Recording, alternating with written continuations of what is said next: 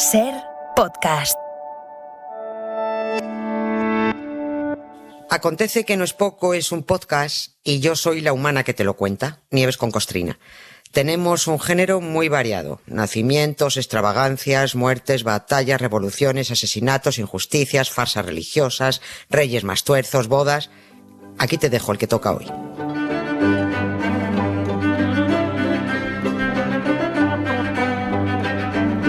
Hola Nieves, buenas tardes.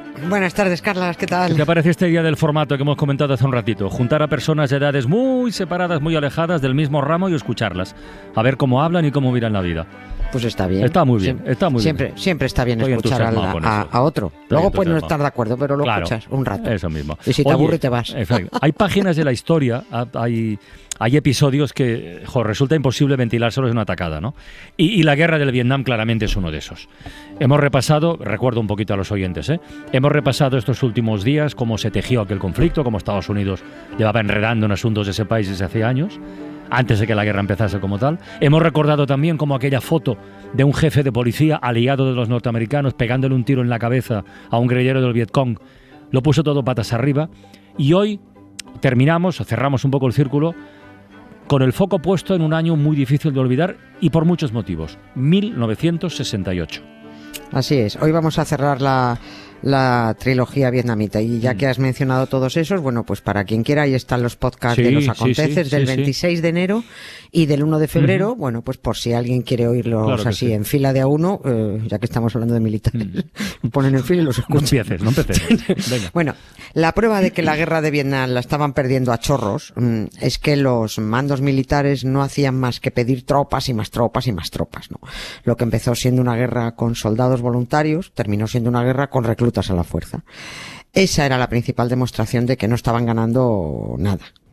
Se juntaron varias cosas que abrieron los ojos de golpe a los estadounidenses y que convirtieron ese año 1968 en un año infernal para las familias que tenían hijos en edad de ser llamados a filas. Estaban aterrorizados. En aquel 1968, en las casas de Estados Unidos había pánico a abrir el buzón. Pánico. Y encontrar una carta de reclutamiento que decía escuetamente: saludos, por la presente se le ordena la incorporación a las Fuerzas Armadas de los Estados Unidos. Punto pelota. Ya está. A partir de ahí, sálvese el que pueda y a buscarse la vida para escaquearse. Y mira tú un dato, los más patriotas no eran los más dispuestos. Ya lo contamos esto también, sí.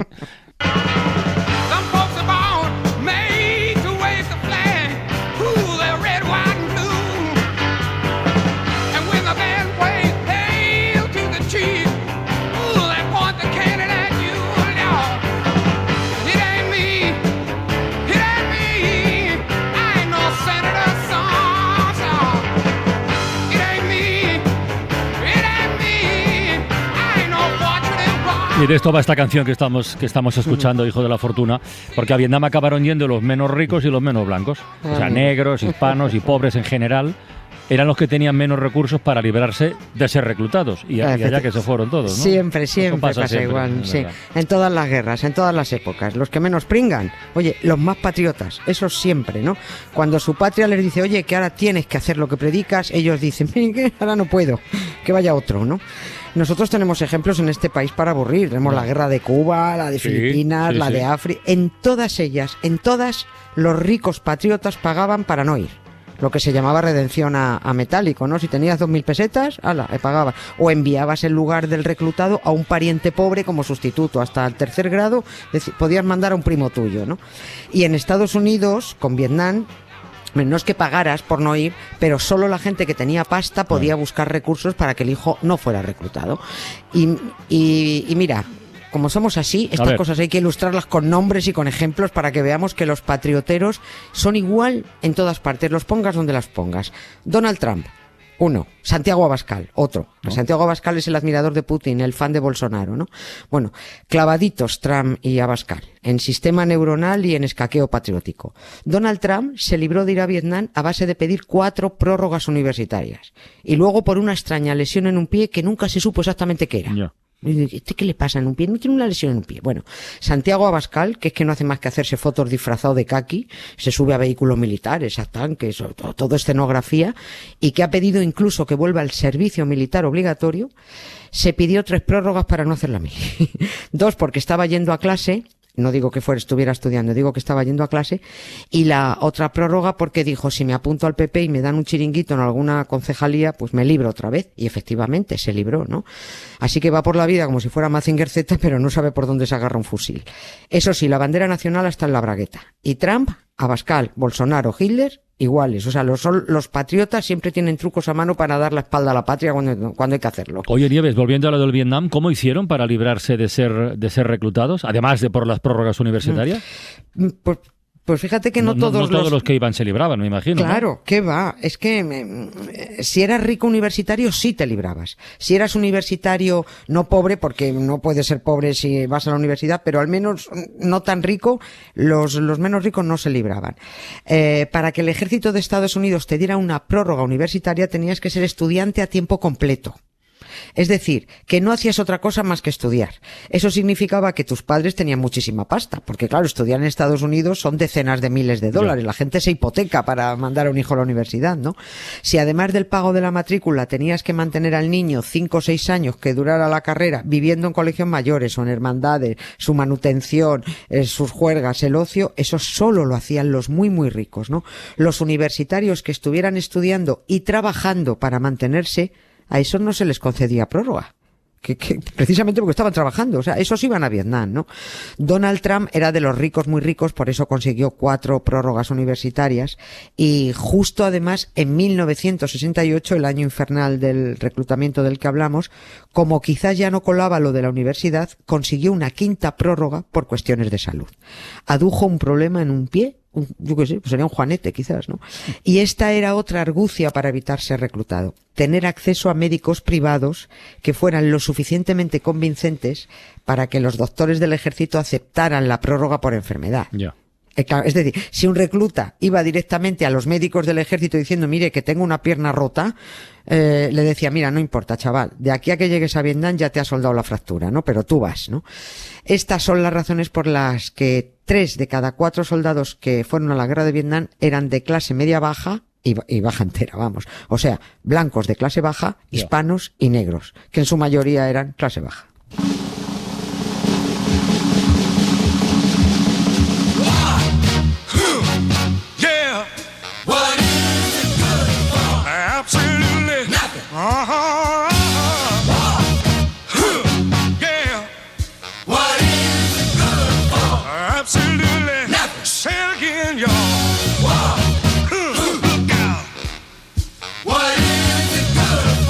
Me estoy acordando de algo que contaste el otro día, es un poco de pasada. Claro, los que no estaban estudiando en la universidad ni tenían problemas de salud, problemas de verdad, ¿qué opciones tenían para no ser reclutados? Por largarse.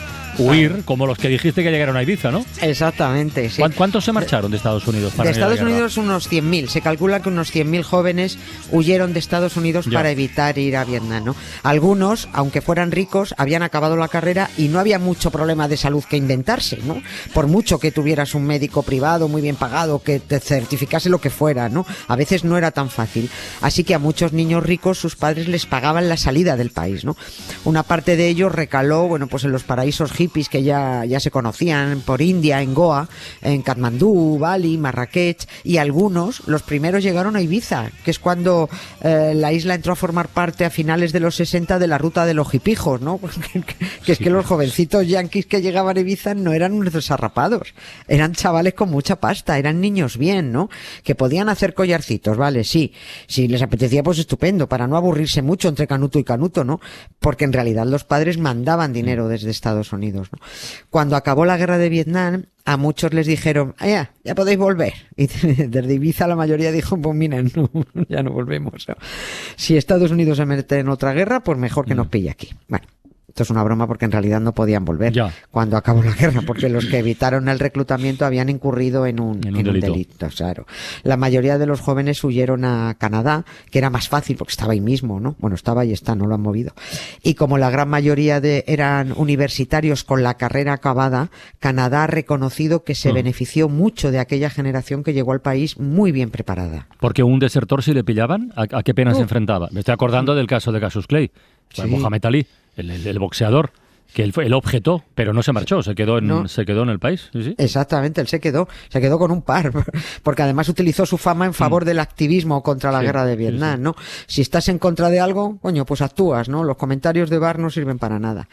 La pena si te pillaban huyendo del reclutamiento eran 5 años de cárcel. Por eso los que huyeron no podían volver cuando acabó la guerra, ¿no? Hasta que en 1977... y esto ya fue durante la presidencia de Jimmy Carter, que además lo hizo nada más llegar al poder, fue de las primeras medidas que tomó. Lo que hizo fue conceder un indulto general para que todos pudieran regresar, ¿no?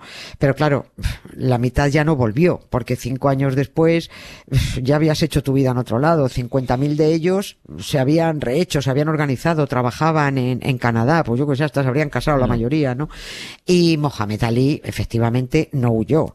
Se declaró objetor de conciencia, por supuesto le prohibieron boxear y dijo, pues os vais a enterar porque voy a dar la turra contra la guerra por todo el país. Y yo creo que eso fue peor, ¿no? Y además se hizo un conferenciante buenísimo del copón, tenía las ideas, era un tío con las ideas muy claras, ¿no? Y encima 4 años antes del momento del que hablamos del 68, bueno, pues en el 64 fue cuando se hizo musulmán, ¿no? Iba dando charlas sobre el Islam y contra la guerra. O sea, a la mayoría la chapa sobre Alá les daba exactamente igual, ¿no? Lo que les gustaba mucho era oír a uno de los deportistas más famosos del mundo, pues ahí despotricar contra la guerra de Vietnam, ¿no? Hay una frase suya, se recoge en casi todas partes, que además, pues claro, daba mucha caña también, ¿no? Por el tema, era muy activista con el tema de los derechos civiles, ¿no? Y dijo una frase que dice, no tengo nada contra el Vietcong. Los del Vietcong eran los comunistas, ¿no? Vietnam del Norte. Dice, no tengo nada contra el Vietcong. ¿Por qué les iba a disparar? Nunca me han llamado negrata. Nunca me han linchado. No me han echado a los perros. O sea, más claro lo estaba diciendo, ¿no? O sea, lo que les decía a todos los estadounidenses blanquitos, que si alguien había maltratado a los negros eran precisamente los yanquis, ¿no? Que a él, aquellos tipos vietnamitas de la otra parte del mundo, oye, que no le habían hecho nada. Por muy comunistas que fueran, ¿vale? Pero no le habían hecho nada, ¿no? How many roads must a man walk down before they call him a man?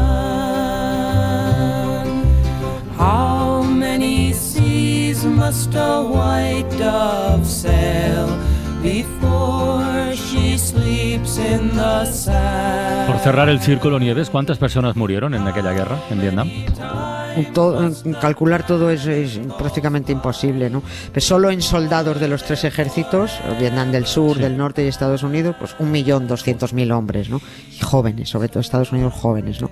Civiles, bueno, ni se sabe. Heridos, cientos y cientos de miles. Y tocados para siempre, millones. En la semana del 11 al 17 de febrero del 68, solo en esa semana, 543 soldados volvieron en bolsas de plástico a Estados Unidos. Fue la de mayores bajas en 20 años de la innecesaria guerra de Vietnam.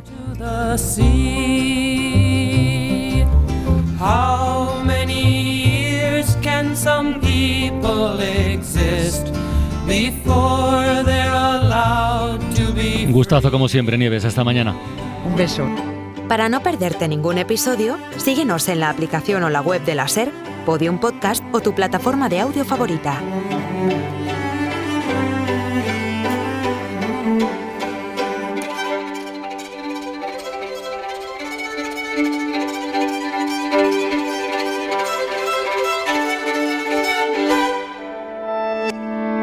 Cadena SER.